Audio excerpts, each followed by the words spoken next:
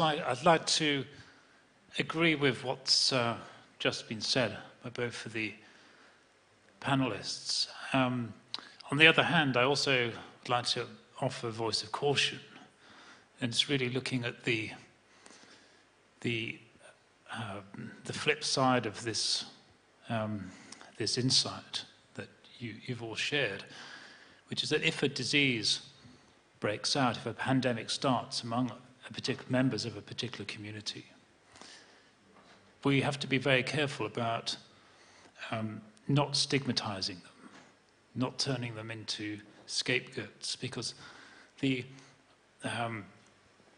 opposite of what we've just said could also be seen to apply to them, that if a disease breaks out within a community, then it could be said that they are not pure of heart, that they have contracted the disease because there's some individual or collective practices which are in some sense immoral, reprehensible, which are or maybe irresponsible from a collective point of view. Whereas the situation may be, as it always is, far more complex than that.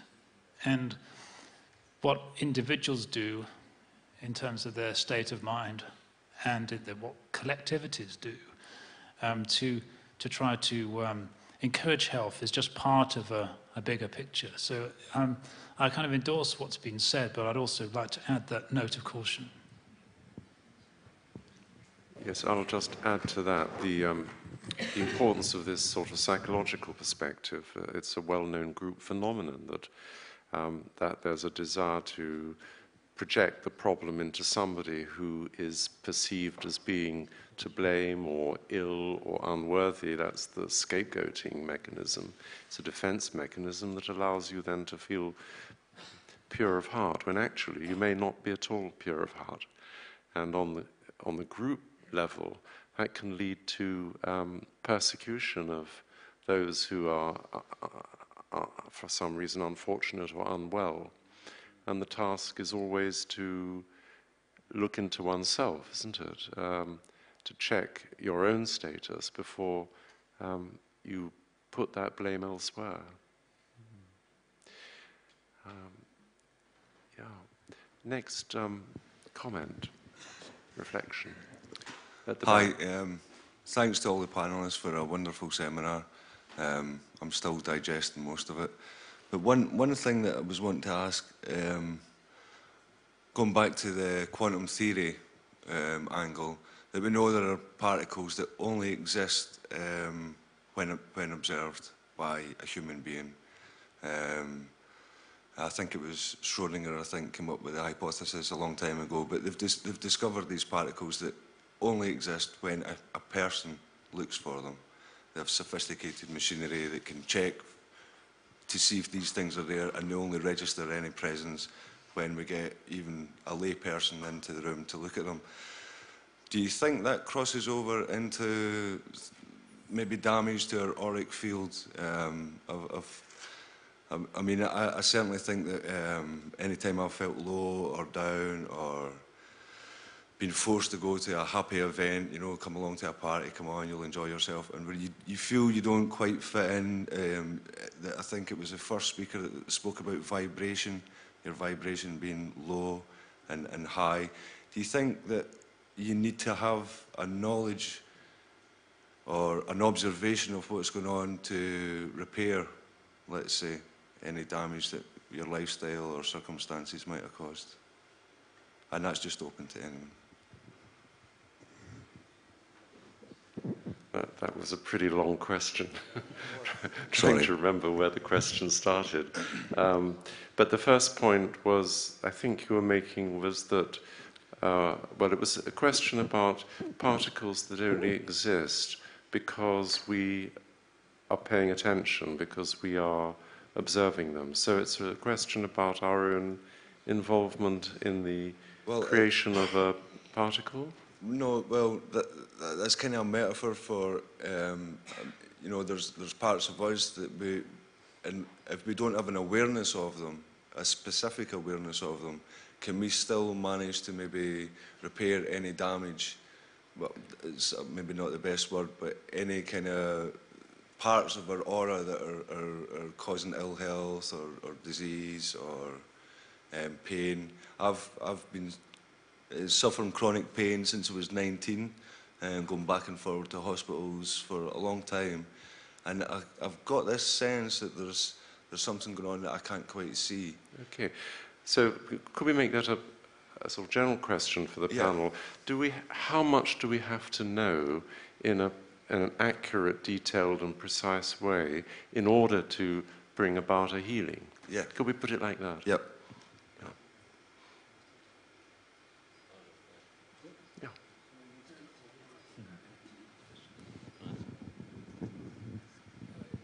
How much do we have to understand exactly what is wrong in order to be able to then help, to be able to then heal? How much?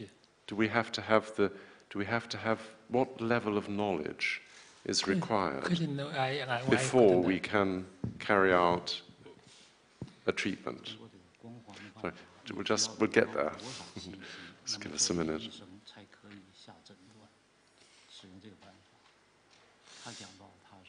you want to respond to that? Sorry?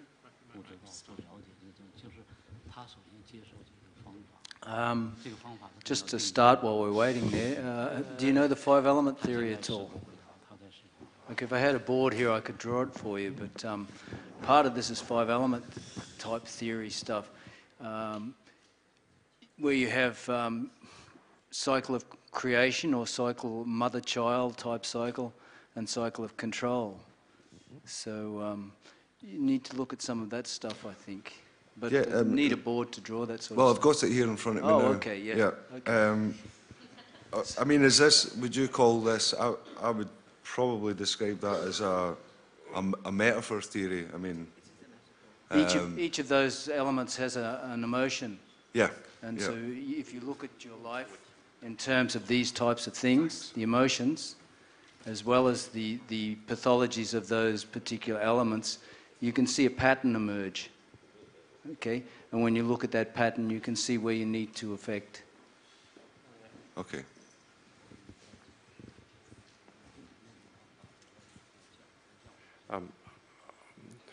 While Charles is taking this on board, I'll make a comment briefly. I mean, actually, it's the history of reductive science, of Western medicine, that is very concerned with pinpointing the part that's to blame, as it were.